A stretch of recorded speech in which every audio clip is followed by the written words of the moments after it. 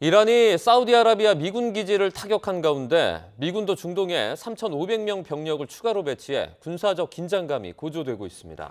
미국 안팎에서는 트럼프 대통령의 이란 전쟁에 반대하는 대규모 노킹스 시위가 열렸습니다. 워싱턴 연결해서 알아보겠습니다. 홍상희 특파원, 이란이 사우디아라비아의 미군 공군기지 공격에 미국도 추가 병력 배치에 나섰다고요? 네, 이란은 사우디에 있는 프린스 술탄 공군기지에 대해 세 번째 공격에 나섰습니다. 뉴욕타임스 등 미 언론들은 어제 이란의 미사일 공격으로 기지 안에 있던 미군 12명이 다쳤고 이 가운데 2명은 중상이라고 전했습니다. AP통신은 이란이 탄도미사일과 드론으로 공격해 모두 15명이 부상을 입었다고 보도했는데요. 에브라임 졸파가리 이란군 대변인은 미군 급유기 한 대가 파괴됐고 다른 세대도 크게 손상됐다면서 이 지역이 미군들의 무덤이 될 거라고 경고했습니다. 이 발언 먼저 들어보시죠.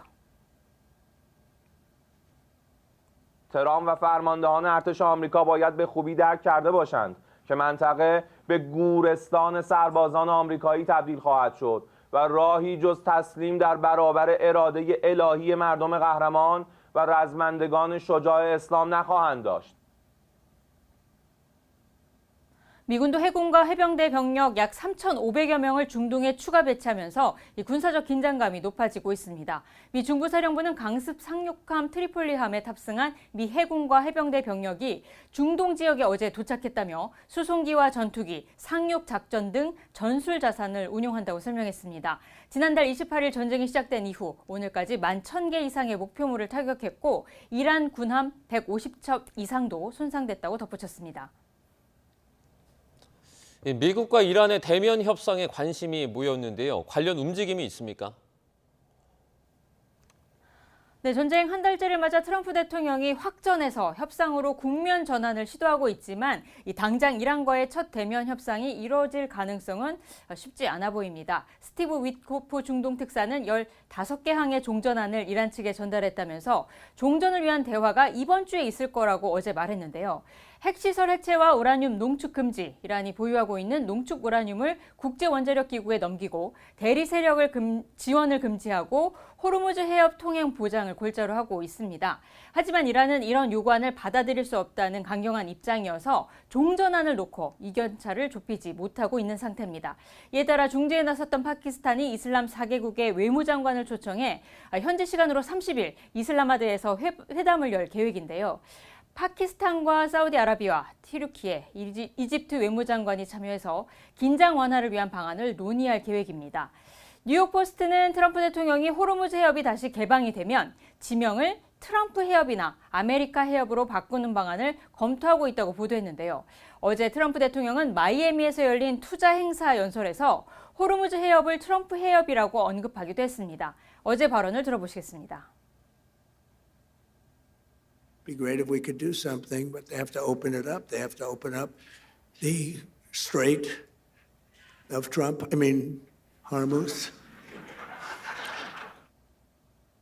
트럼프 대통령은 오늘 오전 플로리다주 웨스트 팜비치에 있는 자신의 골프 클럽을 찾았습니다. 이란과의 전쟁 기간에도 주말마다 골프를 즐기고 있다며 구설에 올리고 있지만 별로 신경을 쓰지 않는 모습입니다.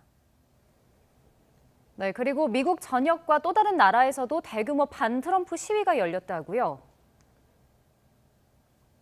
네, 지난해 6월과 10월 이후 미국 전역에서 세 번째로 열린 왕은 없다라는 의미의 노킹스 집회인데요. 이번에는 이란 전쟁 반대 여론까지 겹치면서 미국 내 대도시뿐 아니라 미 전역에서 3,200건이 넘는 시위가 열렸고 900만 명이 참여해 이 주최 측에서는 미국 역사상 최대 규모를 기록할 걸로 예상을 하고 있습니다. 특히 지난 1월 이민세관 단속국 요원의 총격으로 2명이 숨진 미네소타주에서는 수만 명의 인파가 모였고요. 배우 제인 폰더, 또 팀월즈 미네소타 주지사, 버니 샌더스 상원 의원도 참석했습니다. 이곳 워싱턴 DC에서도 수천 명의 시위대가 왕관을 쓴 트럼프 대통령과 헤그세스 국방장관 등의 모형을 들고 행진하며 이들을 체포하라고 외쳤는데요. 시위대의 말을 들어보시죠. There's no choice. I had to be here. Trump does not understand that he's supposed to be a president. And not a king and not a dictator. What does he do after he alienates all our allies?